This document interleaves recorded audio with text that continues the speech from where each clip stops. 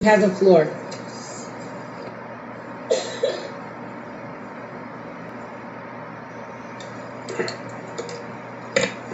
Thank you, Madam Chair of the Permanent Forum. Excellencies, distinguished elders and representatives of tribal governments, members of the Permanent Forum, representatives of indigenous organizations and civil society organizations, ladies and gentlemen. On behalf of the President of the General Assembly, I wish to express our appreciation for the invitation of the members of the Permanent Forum for us to address the closing session of the 13th Permanent Forum on Indigenous Issues.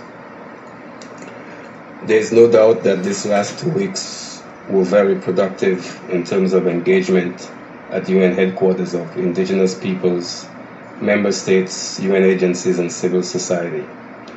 The Permanent Forum represents a formidable part of the continuing institutionalization of the relationship between indigenous people and the United Nations.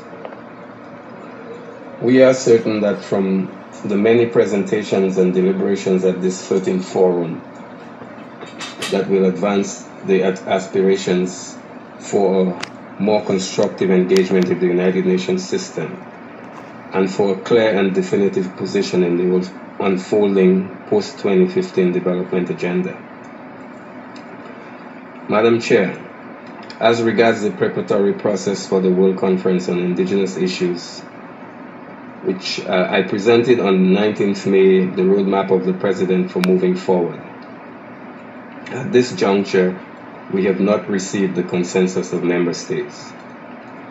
We have, however, received the support of indigenous peoples, and I want to convey our gratitude to indigenous peoples for the flexible posture that they have demonstrated in this challenging process. During the last 2 weeks, the Office of the President held several meetings with indigenous people, which ensured a profound appreciation of the views and wishes of the indigenous people in respect of the World Conference. The President will continue efforts towards a basis for the consultation process that is acceptable to both sides. In this regard, the President will continue the dialogue with indigenous peoples as we go forward. Next week, the Office of the President will announce the way it intends to proceed towards the consultation process. We have reached the point where a meeting with member states as a prelude to the consultation process has become indispensable. We look forward to the understanding and support of member states and the indigenous people to ensure that the World Conference is realized next September. I thank you.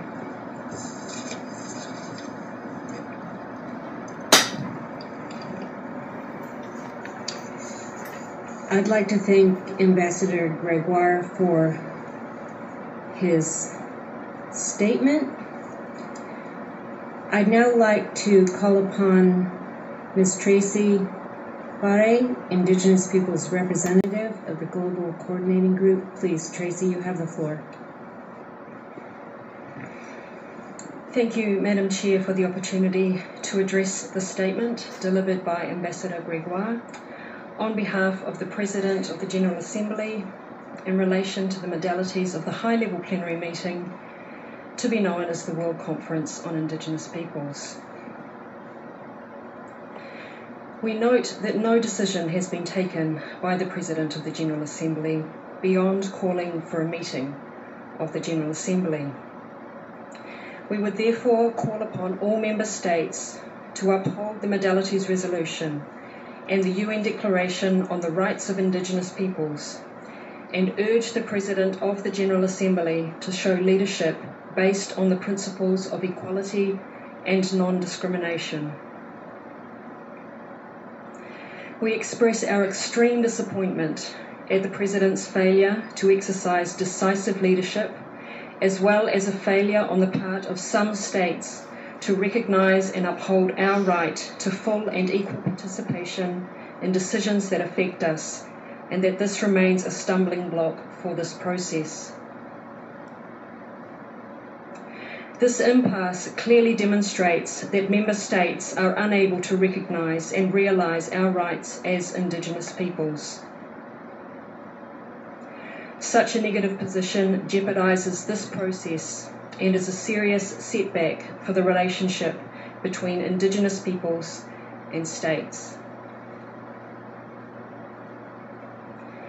The UN Declaration on the Rights of Indigenous Peoples affirms that Indigenous peoples are equal to all other peoples. It also affirms the urgent need to respect and promote the inherent rights of Indigenous peoples, which derive from our political, economic and social structures, our cultures, spiritual traditions, histories and philosophies, especially our rights to our lands, territories and resources. Our engagement in the High Level Plenary process seeks to address the pressing and ongoing violations of our rights as Indigenous peoples. We have prepared for and participated in the High Level Plenary process on the basis of good faith and in a spirit of openness and transparency. We have a clear and reasonable expectation that our rights, as recognised by the UN, will be upheld and implemented in the High Level Plenary process. Madam Chair, it is important to note that we are not demanding anything new. We simply wish to ensure that the UN adhere to the peremptory rights, norms of equality and non-discrimination in the recognition and realisation of our rights as Indigenous peoples. The UN Declaration on the Rights of Indigenous Peoples recognises and affirms Indigenous peoples' right to participation in decisions affecting their rights. And this high-level plenary meeting is about the realisation of Indigenous peoples' rights. This was aptly noted in the conclusion of the UN Secretary-General's report entitled Ways and Means of Promoting Participation at the United Nations of Indigenous peoples' representatives on issues affecting them.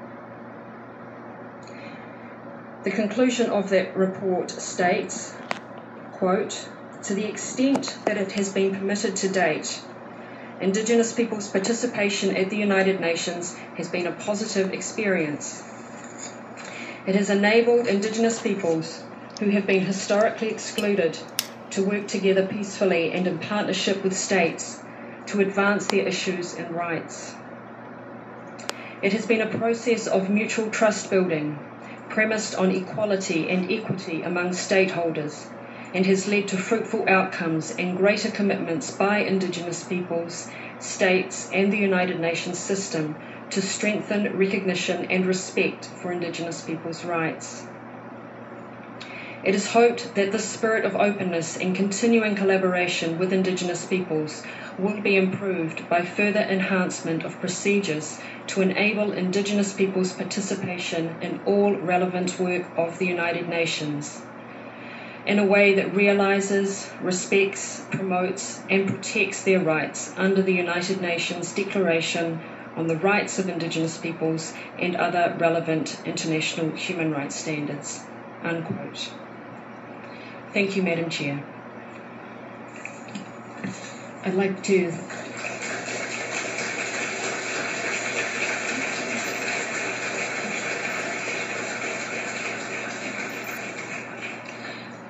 to thank Ms. Tracy Farre on behalf of as an Indigenous peoples representative on behalf of the Global Coordinating Group for your message and more importantly underscoring the good faith and the willingness of Indigenous peoples around the globe and through the Global Coordinating Group with regard to the High Level Plenary Meeting. Thank you very much.